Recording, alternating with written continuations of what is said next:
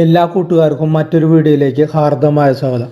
അപ്പോൾ നമ്മുടെ നാട്ടിൽ കുറച്ച് കുട്ടികൾക്ക് ബാധിച്ച് വരുന്ന ഒരു രോഗമാണ് അമീബിക് ബാക്ടീരിയ രോഗം. അമീബിക് മെനിഞ്ചോ എൻസെഫലൈറ്റിസ്, അതാണ് അമീബിക് മസ്തിഷ്ക ജ്വരം എന്ന് പറയുന്ന ഈ രോഗം. ചെറിയ കുട്ടികളിലാണ്, ഏകദേശം 15-18 ആ റേഞ്ചിലുള്ള കുട്ടികൾക്കാണ് ഈ രോഗം മുഴുവനായിട്ടും ബാധിക്കുന്നത്. അതായത് ഈ അമീബ തലച്ചോറിൽ എത്തുന്നതാണ് മരണത്തിലേക്ക് നയിക്കുന്ന കാരണം. അതുകൊണ്ടാണ് ഇതിനെ അമീബിക് മസ്തിഷ്ക ജ്വരം എന്ന് പറയുന്നത്. കെട്ടിക്കിടക്കുന്ന വെള്ളത്തിൽ ജീവിക്കുന്ന അമീബ മൂക്കിലെ നേർത്ത തൊലിയിലൂടെ മനുഷ്യ ശരീരത്തിൽ കടക്കുകയും തലച്ചോറിനെ ഗുരുതരമായി ബാധിക്കുന്ന മസ്തിഷ്ക ജ്വരം ഉണ്ടാക്കുകയാണ് ചെയ്യുന്നത്. കെട്ടിക്കിടക്കുന്ന വെള്ളത്തിൽ കുളിക്കുകയോ മൂക്കിനുള്ളിലേക്ക് വെള്ളമാക്കുകയോ ഒക്കെ ചെയ്യുന്നതിലൂടെയാണ് ഈ അമീബ തലച്ചോറിലെത്തുന്നത്.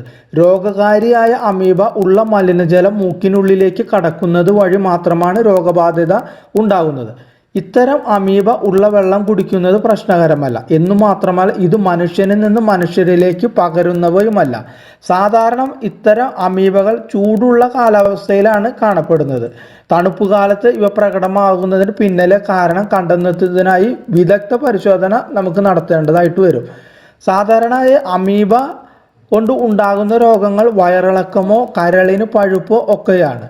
അണുബാധയുള്ള ഭക്ഷണങ്ങൾ ശരീരത്തിൽ എത്തുക വഴിയാണ് ഈ രോഗങ്ങൾ ബാധിക്കുക. എന്നാൽ ഇവിടെ തലച്ചോറിൽ നീർക്കെട്ടിന് കാരണമാകുന്ന അമീബ ശരീരത്തിൽ എത്തുന്നതാണ് മരണത്തിലേക്ക് നയിക്കുന്നത്.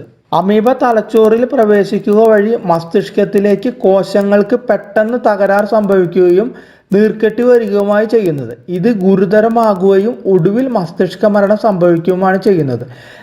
ജപ്പാൻ ജ്വരം, നിപ്പ പോലുള്ള രോഗങ്ങൾ പിന്നീട് മസ്തിഷ്ക ജ്വരമാവുകയാണ്. അത്തരത്തിൽ അമീബ മൂലം മസ്തിഷ്ക ജ്വരം വരുന്ന അവസ്ഥയാണിത്. വളരെ അപൂർവമായി മാത്രമേ അമീബ മനുഷ്യരിൽ രോഗം ഉണ്ടാക്കാറുള്ളൂ. പലതരം അമീബകൾ രോഗകാരികൾ ആവാമെങ്കിലും നെഗ്ലേറിയ ഫൗലേറി പോലുള്ളവയാണ് മസ്തിഷ്ക ജ്വരത്തിന് കാരണമാകുന്നത്. ഇതിൻ്റെ ലക്ഷണങ്ങളും കുറിച്ച് പറയുകയാണെങ്കിൽ 2 ഘട്ടങ്ങളാണ് അമീബിക് മസ്തിഷ്ക ജ്വരത്തിൻ്റെ ലക്ഷണങ്ങൾ ഒരു വ്യക്തിയിൽ പ്രകടമാകുക. ആദ്യ ഘട്ടത്തിൽ പനി, തലവേദന, ഛർദി മുതലായവയാണ് കാണിക്കുക. പക്ഷെ പല പനിക്കും ഈ രോഗലക്ഷണങ്ങൾ കാണുന്നത് കൊണ്ട് തന്നെ ആരും വിദഗ്ധ പരിശോധനയ്ക്ക് വിധേയമാക്കില്ല. 2ാം ഘട്ടത്തിലേക്ക് പോകുമ്പോൾ മാത്രമാണ് അണുബാധ തലച്ചോറിനെ കൂടുതലായി ബാധിക്കുകയും അപസ്മാരം, ഓർമ്മ നഷ്ടമാകൽ തുടങ്ങിയവ ഉണ്ടാവുകയും ചെയ്യും.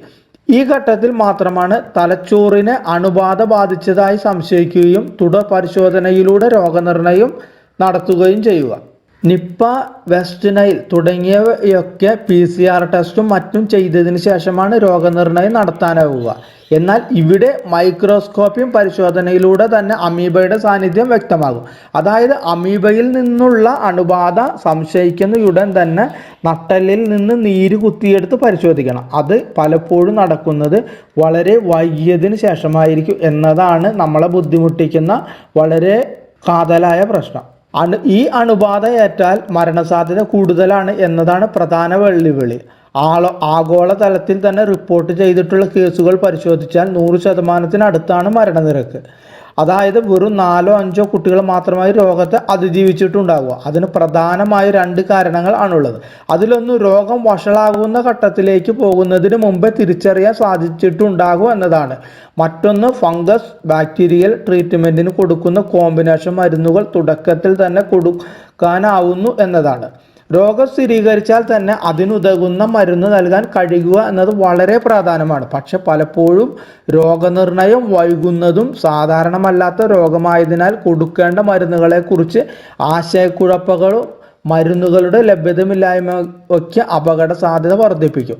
പലപ്പോഴും വൈറൽ പനിയാണ് എന്ന് കരുതി സ്വയം ചികിത്സ നടത്തി അപസ്മാരമൊക്കെ ആയതിനു ശേഷമാകും ഡോക്ടർമാരുടെ അടുക്കലെത്തുക. പലപ്പോഴും സമയം അതുകൊണ്ട് തന്നെ ഏറെ വൈകിട്ടുണ്ടാകും.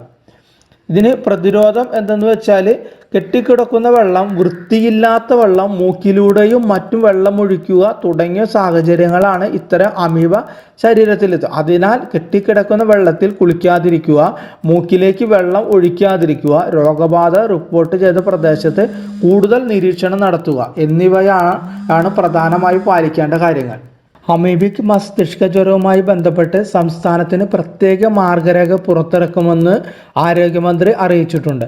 അവബോധം ശക്തിപ്പെടുത്താൻ നിർദ്ദേശം നൽകിയിട്ടും ഉണ്ട്.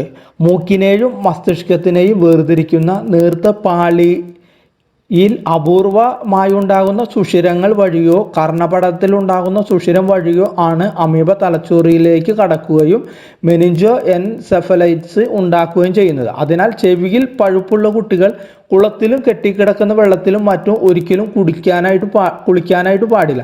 രോഗലക്ഷണങ്ങൾ കണ്ടാൽ ഉടൻ ചികിത്സ തേടണമെന്ന് മന്ത്രി അഭ്യർത്ഥിച്ചിട്ടുണ്ട്.